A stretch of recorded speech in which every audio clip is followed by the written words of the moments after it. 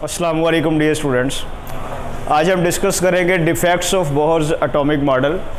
ये एक long question है, इसमें से कुछ शॉर्ट क्वेश्चंस भी बन सकते हैं, तो इसको डिस्कस करते हैं। डिफेक्ट्स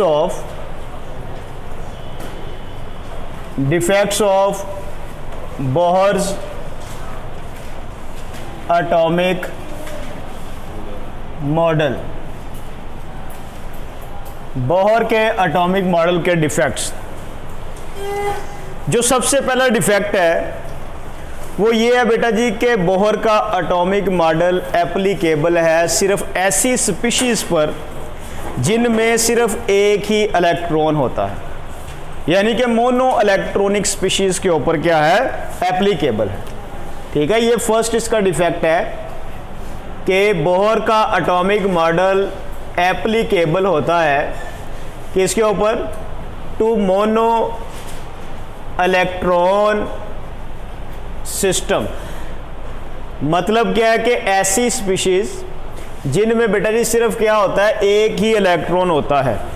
ये सिर्फ उनके बिहेवियर को क्या करता है, उनकी स्ट्रक्चर को एक्सप्लेन करता है। मिसाल के तौर पे फॉर एग्जांपल अगर हम बात करें हाइड्रोजन की, इसका एटॉमिक नंबर 1 है, इसके वैलेंस शेल में एक ही इलेक्ट्रॉन होता है। इसी तरह बेटा जी अगर हम बात करें हीलियम की, तो हीलियम के वैलेंस शेल में कितने इलेक्ट्रॉन होते हैं, 2। अगर उनमें से एक इलेक्ट्रॉन रिमूव कर दें तो ये क्या बन जाएगा, हीलियम आइन। ये भी क्या है, मोनो इलेक्ट्रॉनिक सिस्टम। इसी तरह बेटा लिथियम है, लिथियम के बाहर जो है वो 3 इलेक्ट्रॉन होते हैं, उनमें से 2 इलेक्ट्रॉन रिमूव कर दें, ये क्या बन जाएगा, लिथियम +2। तो ये सारी ऐसी स्पीशीज़ हैं जिनमें सिर्फ क्या होता है, एक ही इलेक्ट्रॉन होता है। ठीक है, तो ये पॉइंट आपने लिखना है। सबसे पहला क्या कि Bohr atomic model explain the structure of those species. Species mean particles, atoms और आइंस, दो species having only 1 electron in their valence shell. ठीक है ना बेटे, ये इसका सबसे पहला डिफेक्ट है कि बोहर का एटॉमिक मॉडल सिर्फ ऐसी स्पीशीज की जो स्ट्रक्चर है, एटम्स के स्ट्रक्चर एक्सप्लेन करता है जिनमें एक ही इलेक्ट्रॉन हो। सेकंड बेटे हमने देखा था कि जब हम हाइड्रोजन गैस को क्या करते हैं, वोलाटिलाइज करते हैं। हाइड्रोजन गैस को जब वोलाटिलाइज करेंगे तो इससे बेटा जी क्या रिलीज होगी, ब्लू कलर की लाइट। क्या लाइट इमिट होगी, ब्लू कलर की लाइट। ठीक हो गया। इस लाइट को जब पास किया जाता है किसमें से बेटा जी, स्पेक्ट्रोमीटर में से। किसमें से, स्पेक्ट्रोमीटर में से। तो आपको यहां पे बेटा जी क्या हासिल होता है, हाइड्रोजन स्पेक्ट्रम। क्या हासिल होता है, हाइड्रोजन स्पेक्ट्रम। कहते हैं इस हाइड्रोजन स्पेक्ट्रम में ये वाली जो लाइन है इसको बोलते हैं H अल्फा लाइन। क्या बोलते हैं, H अल्फा लाइन। कहते हैं इस H अल्फा लाइन को अगर पास किया जाए हाई रिजॉल्विंग स्पेक्ट्रोमीटर में से, यानी कि ऐसा स्पेक्ट्रोमीटर जिसकी रिजॉल्विंग पावर ज्यादा है। ठीक है ना, यानी कि यहां पे क्या करेंगे, इसको हम पास करेंगे। ये बेटा जी क्या है, हाई रिजॉल्विंग स्पेक्ट्रोमीटर। तो क्या होगा कि ये जो H अल्फा लाइन है ये फर्दर बेटा जी आपको 5 लाइंस पर मुश्तमिल नजर आएगी। सही हो गया। तो बोहर का एटॉमिक मॉडल जो है इसको एक्सप्लेन नहीं करता। ये जो 5 लाइनों वाला स्ट्रक्चर है इसे आप बोलते हैं फाइन स्ट्रक्चर। क्या बोलते हैं, फाइन स्ट्रक्चर बोलते हैं, या आप इसे मल्टीपल स्ट्रक्चर भी बोलते हैं। अगर हमें पूछा जाए कि व्हाट इज फाइन स्ट्रक्चर और मल्टीपल स्ट्रक्चर, ये शॉर्ट क्वेश्चन अगर पूछा जाए तो आप क्या बताएंगे कि H alpha line of hydrogen spectrum when pass through high resolving spectrometer then that line will be split into further 5 lines. The spectrum of that alpha line will be fine structure or multiple structure. कि जब hydrogen gas के जो spectrum है उसकी H alpha line को high resolving spectrometer में से पास करते हैं तो वो एक लाइन मजीद 5 लाइनों पर मुश्तमिल होती है। ठीक है, उन लाइनों के स्ट्रक्चर को आप क्या बोलते हैं, फाइन स्ट्रक्चर या फिर मल्टीपल स्ट्रक्चर। तो हाइड्रोजन जो बोहर का एटॉमिक मॉडल है वो इस स्प्लिटिंग को या इस फाइन स्ट्रक्चर को एक्सप्लेन नहीं करता। बोहर का एटॉमिक मॉडल इस फाइन स्ट्रक्चर को एक्सप्लेन नहीं करता। तो ये पॉइंट बेटे आपने याद रखना है कि Bohr's atomic model, Bohr's model doesn't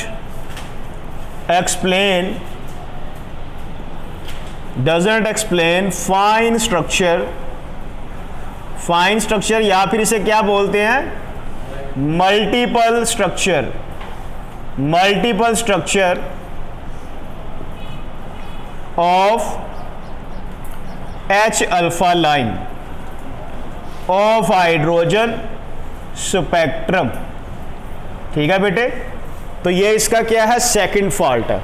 पहला डिफेक्ट क्या था कि बोहर का एटॉमिक मॉडल सिर्फ एप्लीकेबल होता है ऐसी स्पीशीज पर जिनमें सिर्फ एक इलेक्ट्रॉन होता है, जबकि दूसरा फॉल्ट क्या है कि बोहर का एटॉमिक मॉडल हाइड्रोजन स्पेक्ट्रम की H अल्फा लाइन के फाइन स्ट्रक्चर को एक्सप्लेन नहीं करता।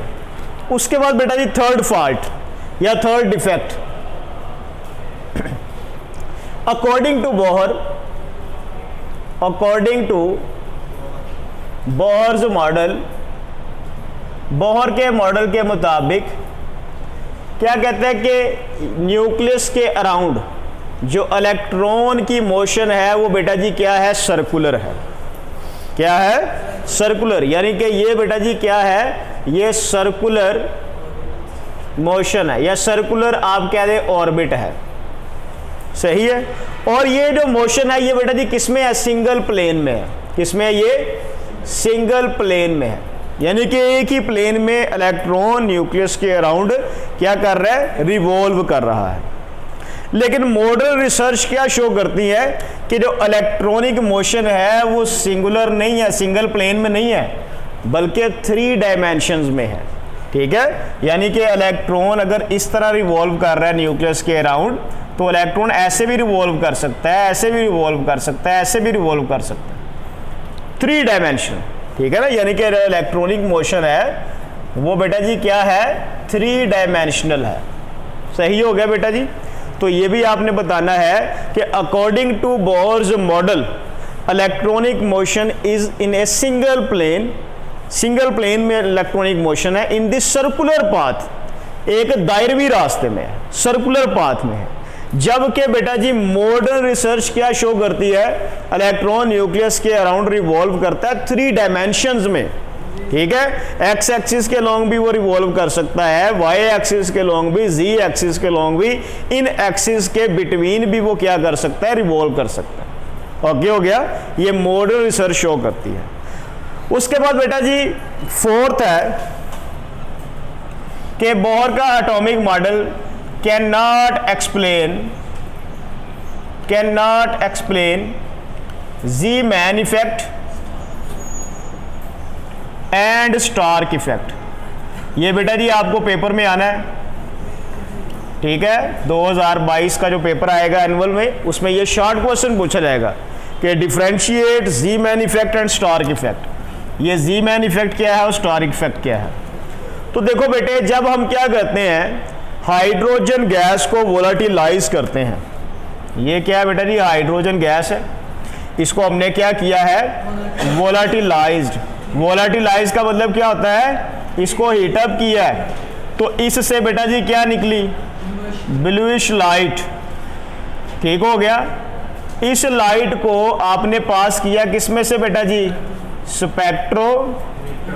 स्पेक्ट्रोमीटर में से, तो आपको आगे बेटा जी क्या हासिल हुआ, हाइड्रोजन का स्पेक्ट्रम।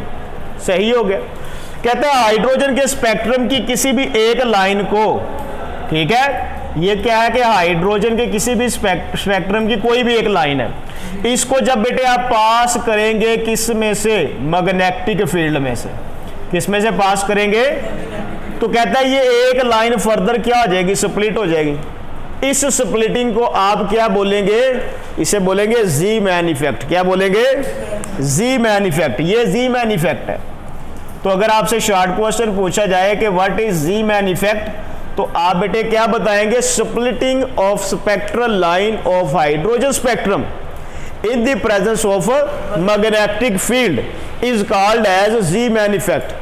लेकिन अगर बेटा यही जो हाइड्रोजन स्पेक्ट्रम की लाइन है, आप इसको पास करते हैं किस में से, इलेक्ट्रिक फील्ड में से। किस में से पास करते हैं, इलेक्ट्रिक फील्ड में से पास करते हैं। तो कहता है ये लाइन इलेक्ट्रिक फील्ड में भी क्या होती है, स्प्लिट हो जाती है।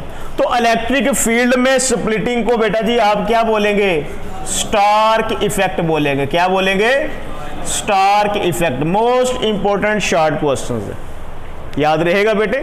What is the difference between Zeeman effect and Stark effect? तो splitting of spectral line in the presence of magnetic field is called as Zeeman effect, and splitting of spectral line in the presence of electric field is called as Stark effect। याद रहेगा, यहां पे इसको लिख लेते हैं कि splitting of spectral line in the presence of magnetic field, in the presence of magnetic field, इसे बेटे जी आप क्या बोलते हैं, ज़ीमैन इफेक्ट, ठीक है। And in the presence of electric field, in the presence of electric field, तो बेटा जी इसको आप क्या बोलेंगे, इसे आप बोलेंगे स्टार्क इफेक्ट। याद रहेगा, ये दो इंपॉर्टेंट बेटा जी शॉर्ट क्वेश्चन हैं, अलग अलग भी पूछे जा सकते हैं, एक शॉर्ट क्वेश्चन के तौर पे पूछे जा सकते हैं कि इनमें डिफरेंस करें। तो मैग्नेटिक फील्ड में स्प्लिटिंग को बेटा जी आप क्या बोलते हैं, ज़ीमैन इफेक्ट। इलेक्ट्रिक फील्ड में स्प्लिटिंग को क्या बोलते हैं, स्टार्क इफेक्ट। तो जो बोहर का एटॉमिक मॉडल है, ये ना तो ज़ीमैन इफेक्ट को एक्सप्लेन करता है ना ही स्टार्क इफेक्ट को। ठीक हो गया बेटे। उसके बाद एक साइंटिस्ट था जिसका नाम था समरफील्ड। क्या नाम था बेटा जी, समरफील्ड नाम था इसका। इसने क्या कहा, इसने कहा कि जो ऑर्बिट होते हैं वो सर्कुलर नहीं होते, वो बेसिकली एलिप्टिकल पाथ होते हैं। क्या होते हैं, एलिप्टिकल पाथ। मतलब ये देखो सब बच्चे कि ये न्यूक्लियस है, ठीक है, तो ये बेटा जी क्या है, बेज़वी शक्ल का ऑर्बिट है, एलिप्टिकल पाथ है ये क्या बेटा जी, ये एलिप्टिकल पाथ है। इसी तरह यहां पर ये बेटा, इसी तरह यहां पर, इसी तरह यहां पर, ठीक है।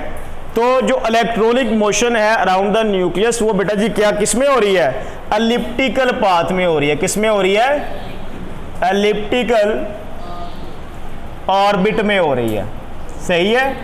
इस एलिप्टिकल ऑर्बिट का ये जो बेटा हिस्सा होता है, इसे आप क्या बोलते हैं, फोसाई या फोसी इसको बोल रहे हैं आप। तो कहते हैं जो न्यूक्लियस है वो कहां पे होता है, इस एलिप्टिकल ऑर्बिट के फोसी पर होता है। ठीक हो गया। अगर आपसे पूछा जाए कि व्हाट वर द प्रिडिक्शन या observation of Sommerfeld about the orbit of atom, तो आप क्या बताएंगे कि according to Sommerfeld electron revolve around the nucleus in elliptical path and nucleus is located at the foci of that elliptical orbit.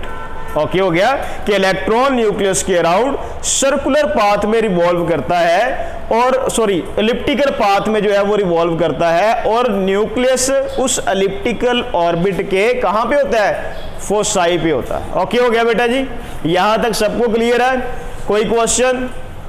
चले जी।